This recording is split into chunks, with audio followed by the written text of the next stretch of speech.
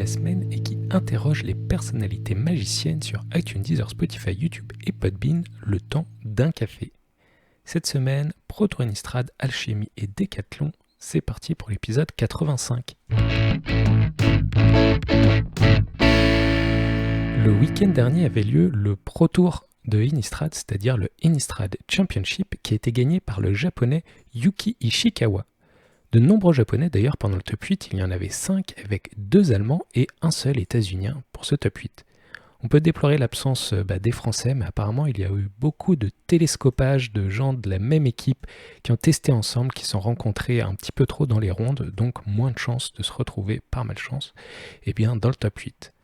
En tout cas, imaginez, les Japonais, ils jouent la nuit et d'habitude, ils n'ont pas beaucoup d'événements chez eux et malgré le fait qu'ils jouent la nuit et en ce moment, ils perfent comme des fous. Donc imaginez, lorsque Magic revient, s'il y avait autant de GP chez eux, comment ils domineraient la méta.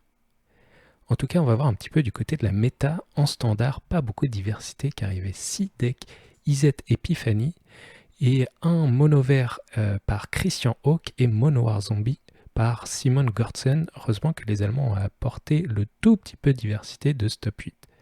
Un tout petit peu plus de diversité justement en historique, parce qu'on a vu pas mal de Golgari Food, mais aussi des Jeskai Creativity, Izzet Phoenix et un Selesnya Humans. Sympa, vous me direz, cette méta en historique, vous inquiétez pas, le format va être tout chamboulé. Tout chamboulé, oui, par ce nouveau format Alchemy qui est sorti depuis le 9 décembre, ça y est.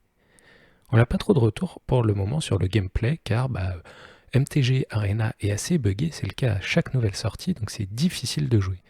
On voit quelques créateurs et créatrices de contenu qui font ça un petit peu sur Twitch, mais c'est dur pour l'instant de se faire une idée soi-même.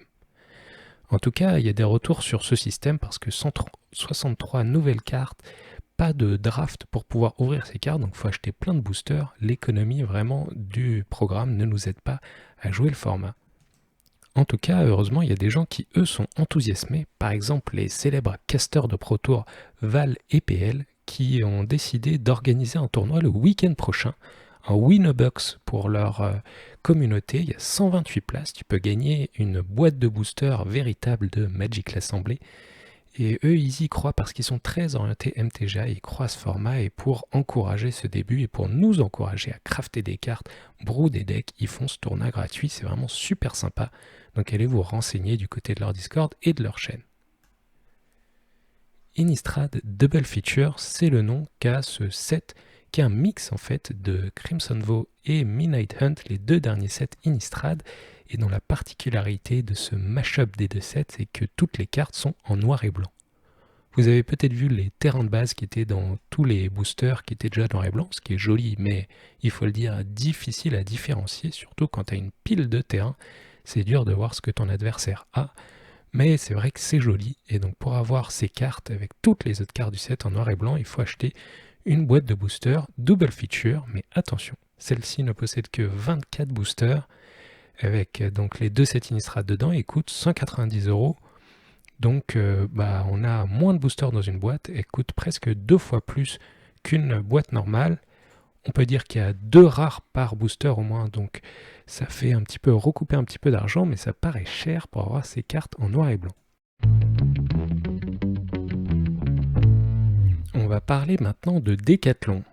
Pas le magasin, pas l'entreprise, pas non plus la discipline d'athlétisme. Parce qu'on le rappelle quand même, à la base, Decathlon, c'est une discipline olympique avec 4 courses, 3 sauts et 3 lancers. Mais là, sur MTG Arena, on va voir l'équivalent pour Magic. C'est un événement qui va avoir lieu pendant la période de Noël, pendant les vacances pour certains. Ça commence le 18 décembre et on va voir chaque jour un nouveau format.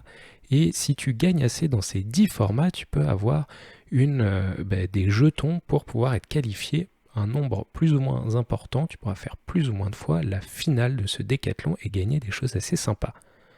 Ça montre la diversité et la quantité surtout de formats qu'on peut retrouver sur la plateforme pour jouer à Magic sur ordinateur et donc on va passer en revue tout ça. Le 18 et 20 décembre, il y a le premier événement décathlon qui sera en Alchemy, donc le nouveau format.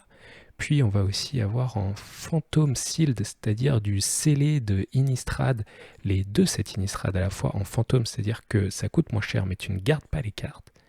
Puis le 21-23 décembre, il y a du Phantom Draft juste de Crimson Vow en Best of 3.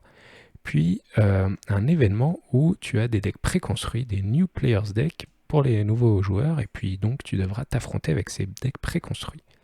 Le 24 et le 26, tout droit, pendant Noël, il y a un Phantom Draft de Zendika Rising qui revient, et puis le Historic Artisan, pas Historic Horizon, mais bien Historic Artisan, ce qui est un format 100 rare, il me semble. Ensuite, on enchaîne le 27 et 29 décembre avec un format historique tout simple, enfin tout simple, assez chamboulé par Alchemy, mais c'est comme ça. Puis le 29 décembre, un tournoi de singletons, c'est-à-dire pas de général, n'importe quel format, mais que des cartes en une seule fois dans ton deck. Et puis on finit par le 30 décembre et le 1er janvier par du standard traditionnel, Best of 3 normal, et enfin du Turbo Draft de Strixhaven qui revient lui aussi. Et donc tu peux faire un certain nombre de ces événements, tu n'es pas obligé de les faire toutes, mais plus tu finis certains de ces événements, plus tu as de tokens pour entrer dans la finale, et la finale se jouera en cube, et ça je dois avouer que c'est super sympa. Donc en gros ça fait de quoi de s'amuser beaucoup avec Magic pendant les vacances si tu n'es pas pris par les activités familiales, etc.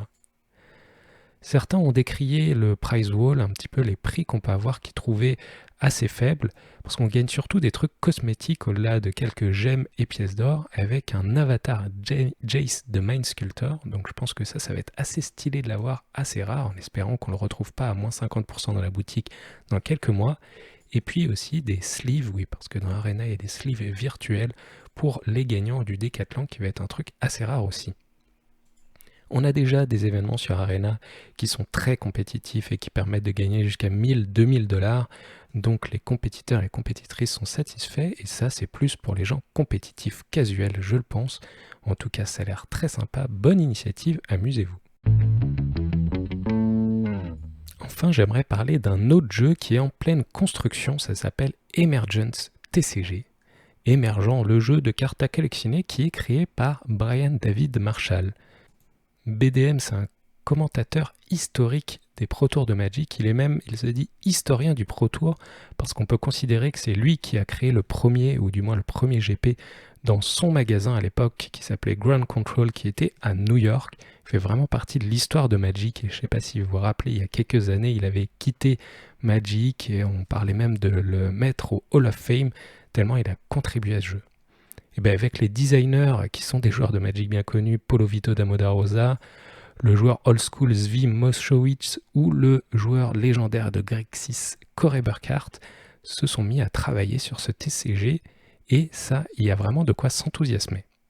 Mais il y a un gros mais, car l'entreprise de BDM Interpop qui cherche à ramener des NFT dans le monde du comics s'associe avec l'entreprise de technologie de blockchain Tezos pour ramener ce Emergence TCG qui aura des éléments de blockchain. Voilà de quoi, moi en tout cas, me refroidir instantanément. Moi en tout cas, les tout premiers éléments de gameplay ont commencé à être montrés, mais c'est encore vraiment loin de sortir ce jeu. On verra ce que ça donne. Mais de la crypto dans mes jeux, moi ça me fait pas trop rêver. Et bien voilà, merci d'avoir écouté Café Magic et à dimanche prochain.